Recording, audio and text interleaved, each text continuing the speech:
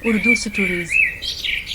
रूपपुर गांव में देवू, श्यामा और कन्हैया लाल कई सालों से खेती का काम करते हैं। इन सभी के पास अपने अपने खानदानी खेत हैं। सभी किसान हर साल खुद के खेतों में उगाई फसलों से अगली फसल के लिए बीज जमा करते हैं।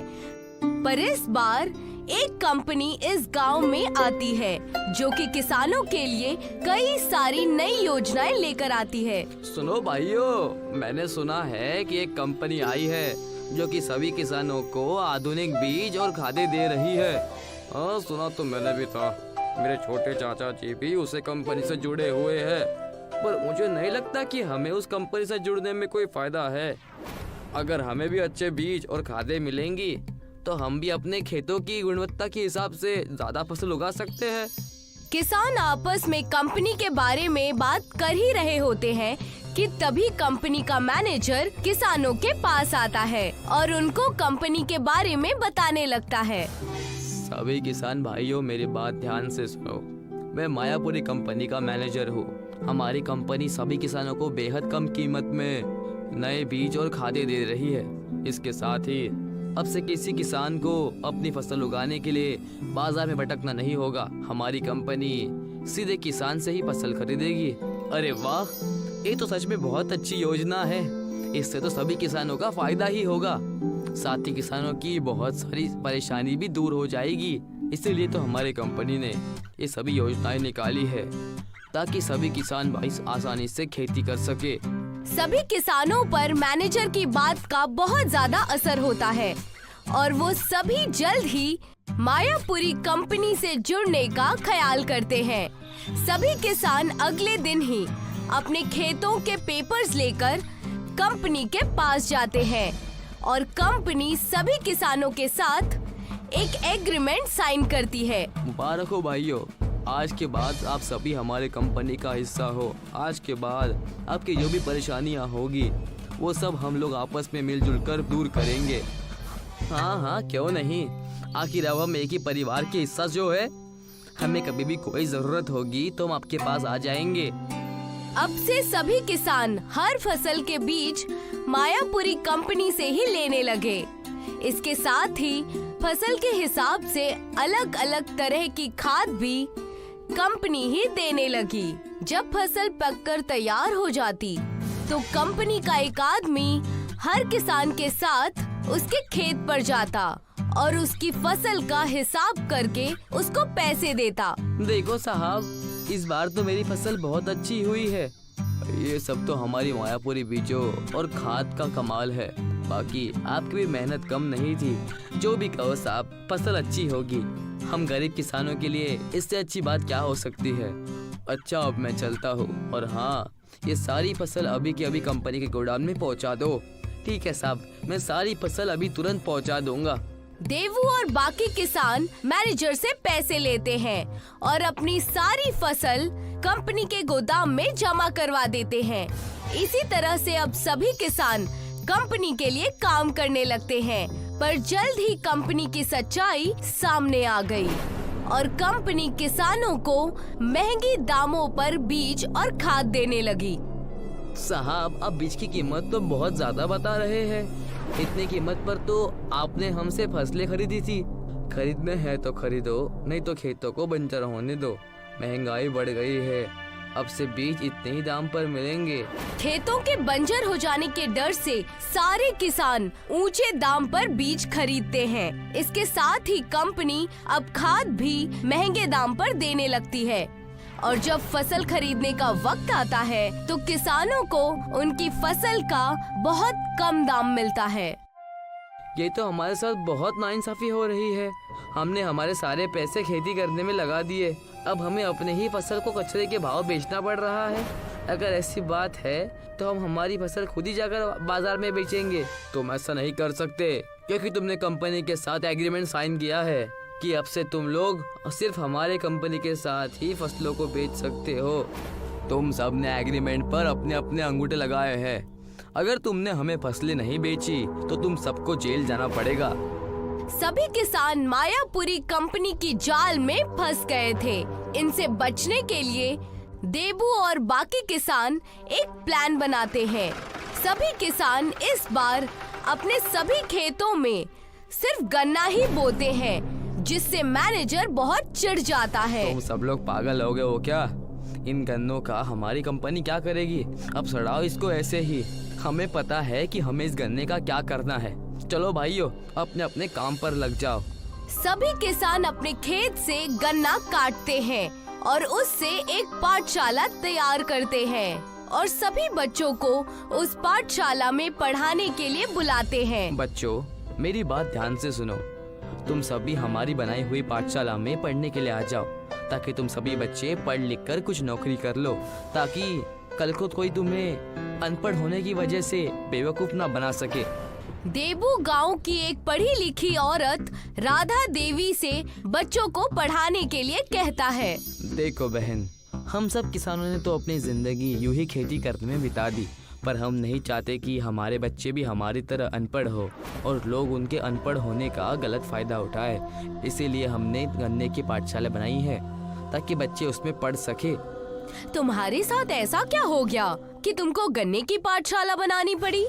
हमने मायापुरी कंपनी के एग्रीमेंट पर बिना पढ़े अपना अंगूठा लगा दिया। किसी दूसरे को अपनी फसल नहीं बेच सकते हैं और इस बात का कंपनी गलत फायदा उठा रही है।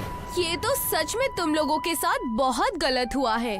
अगर तुम लोगों को थोड़ा भी पढ़ना लिखना आता तो शायद आज तुम इस मुसीबत में नहीं पड़ते। यही तो हमारी बदकिस्मती है बहन, पर मैं नहीं चाहता कि दोबारा किसी के साथ हो, इसीलिए मुझे आपकी मदद की जरूरत है। ठीक है, मैं कल से ही स्कूल में पढ़ाने चले जाया करूंगी।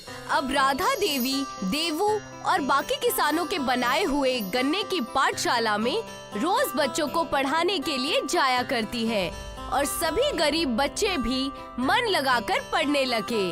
देखते ही देखते सभी बच्चे पढ़ लिख कर काबिल बन गए। कोई टीचर बना, कोई डॉक्टर बना, तो कोई वकील। नमस्ते काका, कैसे हैं आप? नमस्ते बेटा, तुम कौन हो? मैंने तुम्हें पहचाना नहीं। मेरा नाम विद्या है, मैं एक वकील हूँ। अरे वाह, शाबाश बेटा। बताओ, ये बूढ़ा तुम्हारी क्या मदद कर सकता है? काका, मैंने आपकी बनाई हुई गन्ने की स्कूल से तालीम हासिल की और उसी स्कूल की वजह से मैं आज वकील बन पाई हूँ। ये सब तो हम किसान भाइयों के लिए बेहद गर्व की बात है बेटा, कि हमारे बच्चे आज इतने आगे निकल गए हैं। मैं आज यहाँ आपकी मदद करने के लिए आई हूँ। कैसी मदद बेटा? मैं कुछ समझा नहीं। मुझे पता चला है कि मायापुरी कंपनी ने आप सभी किसानों के साथ धोखा किया है। उस कंपनी के मैनेजर ने आप लोगों के अनपढ़ होने का गलत फायदा उठाया है और वो लोग आप सभी किसानों पर अत्याचार कर रहे हाँ हैं। बेटा, हमारे साथ गलत तो हो रहा है, पर अब हम कर भी क्या सकते हैं? अब मैं आपकी मदद करूंगी काका। मैं कोर्ट में आपका केस डालूंगी और कंपनी से आपका एग्रीमेंट खत्म करवा दूंगी। बस आप कोर्ट में सब सच सच बता दीजिएगा कि आपके साथ कंपनी ने कैसे धोखा किया है। ठीक है बेटा, मैं जज साहब को सारी बात सच सच बता दूंगा।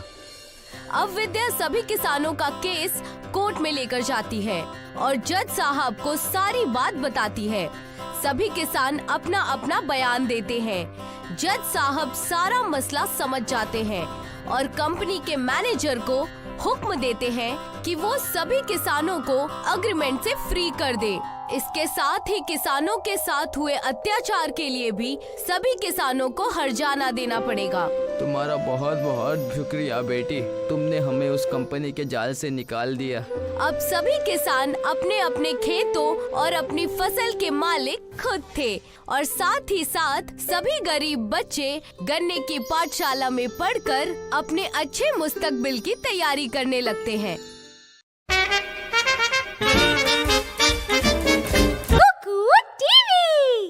नागपुर के एक छोटे से कस्बे में हर्ष रहता था। हर्ष अपने माता पिता के साथ रहा करता था। हर्ष के बाबा एक गरीब किसान और माँ दर्जी थी। दोनों ही अपना अपना काम करके घर चलाने की कोशिश किया करते। हर्ष की पढ़ाई लिखाई के खर्चे के वजह से दोनों बड़े परेशान रहते थे। मुझे मेरे हर्ष की बड़ी फिक्र हो रही है। उसकी तालीम। हर्ष अब बड़ा हो गया है और अगर हमने उसका स्कूल में दाखिला नहीं करवाया तो बेहद परेशानी हो जाएगी। मैं अपनी कोशिश तो कर ही रहा हूँ बेगम, हमारा हर्ष पढ़ने में बहुत तेज और बहुत गुणवान है। अभी से ही उसे गुना भाग और अंग्रेजी पढ़ना आ गया है। हम सुबह ही उसे लेकर एक बड़े स्कूल में जाएंगे दाखिला करवाने। हर्ष को लेकर सुबह ही कुसुम और राम नारायण एक बड़े से स्कूल में जाते हैं। हर्ष वहाँ की खूबसूरती देखकर हैरान रह जाता है। माँ, क्या मैं इस स्कूल में पढ़ूंगा? बिल्कुल बेटा, तुम इसी स्कूल में पढ़ोगे और पढ़कर बड़े आदमी बनोगे और ऐसे कई सारे स्कूल भी बनाओगे। मुझे बड़ी हिचकिचाहट हो रही है, कहीं हमें ज्यादा पैसे ना भरने पड़ जाए। अरे आप चलो तो वहाँ चलकर देखें तो सही। वहाँ जाते ही उन्हें गेट पर खड़ा चौकीदार रोक देता है।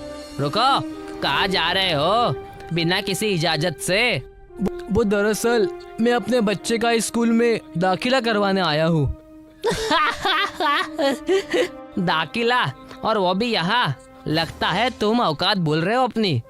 यहाँ सिर्फ अमीरों के बेटे आते हैं और तुम्हें देखकर लग रहा है कि तुम कहीं कचरा साफ करते हो। ये तुम कैसी बात कर रहे हो?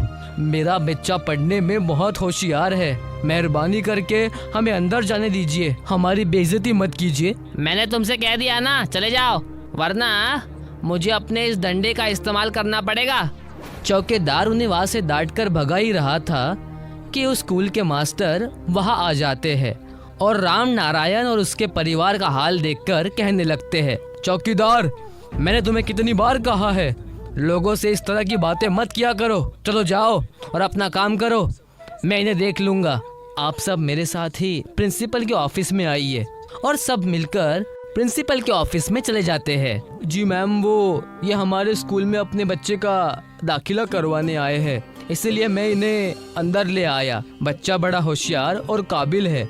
कहिए, क्या बात है? आपको हमारे स्कूल का नाम पता है? ये महात्मा गांधी स्कूल है। ये बहुत बड़ा कॉन्वेंट स्कूल है।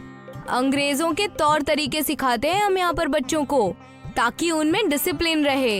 हम अपने बच्चे के अंदर यही सारे गुण चाहते हैं और इसीलिए हम जितना चाहे उतना पैसा देने के लिए तैयार है। राम नारायण के इतना कहने से प्रिंसिपल और उस मास्टर की आंखें लालच से चमक जाती है। तब मास्टर ने उस प्रिंसिपल मैडम से चुप कर से कहा, ये गरीब भले हैं, लेकिन इनकी लाचारी का हम पूरा फायदा उठा सकते हैं। अपने बच्चे को पढ़ाने के लिए ये पूरे पैसे दे देंगे। अगर आप कहे तो इनसे 2 गुने पैसे ज्यादा ले लूं। ये भी कोई कहने की बात है? उनके यहाँ से पैसे आएंगे तभी तो हमारे बच्चे और खानदान खुशी से रहेंगे। जितना लूट सकते हो लूट लो। हमारे विद्यालय में 25,000 में दाखिला होता है, मैं इन्हें 50,000 कहूँगा। आप हाँ कर देना। अब राम नारायण, तुम 50,000 रुपए लाकर दे दो और अपने बच्चे का स्कूल में दाखिला करा दो। मालिक, इतने पैसे मैं कहाँ से लाऊंगा? क्या मुझे थोड़ा सा वक्त मिल सकता है क्या? देखो, अगर अपने बच्चे के भविष्य की सुरक्षा चाहते हो तो दाखिला लो, वरना हमारा वक्त बर्बाद मत करो। दफा हो जाओ, जब पैसे हो जाए ना तब आना। राम नारायण, कुसुम और हर्ष वहाँ से उदास होकर घर चले जाते हैं। पिताजी, मेरी उम्र के सारे बच्चे स्कूल जाने लगे हैं, अच्छी अच्छी टिफिन लेकर। मैं कब जाऊंगा? तुम जरूर जाओगे बेटा, बस थोड़ा सा इंतजार करो। मुझे हर्ष की बड़ी फिक्र हो रही है। 50,000 रुपए हम कहाँ से लाएंगे? अपने बच्चे को पढ़ाने के लिए मैं कुछ भी कर सकता हूँ। क्यों ना हम चलकर गांव में रामू काका की मदद लें। गांव में सबसे पुराने और पढ़े लिखे वही हैं। वो हमारी मदद जरूर करेंगे। राम नारायण और कुसुम रामू काका के घर जाते हैं और उन्हें सारी तकलीफ बताते हैं। तब रामू काका उनसे कहते हैं, तुम अपने बच्चे को हमारे गांव के विद्यालय में क्यों नहीं डाल देते? हमारे गांव के स्कूल में? हमारे गांव में स्कूल है कहाँ? गांव में कोई अच्छी पढ़ाई नहीं करवा सकता, इसीलिए तो उन्हें दूसरे कस्बे या शहर के स्कूल में डाला जाता है। तुम दोनों मेरे साथ आओ, मैं तुम्हें अपने कस्बे में ही कुछ दिखाता हूँ। रामू काका उन्हें जंगल के रास्ते से एक गुफा की तरफ ले जाते हैं और कहते हैं, इस गुफा में जाओ, तुम्हें सब पता चल जाएगा। जैसे ही राम नारायण और कुसुम उस गुफा में जाते हैं, किसी और दुनिया में ही पहुंच जाते हैं। और उनके सामने एक बड़ी सी पाठशाला नजर आती है जो पूरी सोने की होती है। उस स्कूल में सोने की घंटी होती है, सोने का ब्लैक बोर्ड, सोने का बेंच जिस पर सारे बच्चे पढ़ाई कर रहे होते हैं। ये सारी चीजें देखकर कुसुम और राम नारायण हैरान हो जाते हैं और रामू काका से पूछते हैं, ये सब कैसे हो सकता है? हमारे कस्बे में सोने की विद्यालय कैसे हो सकती है और ये गुप्त क्यों है? तब जाकर रामू काका उन्हें सब बताते हैं।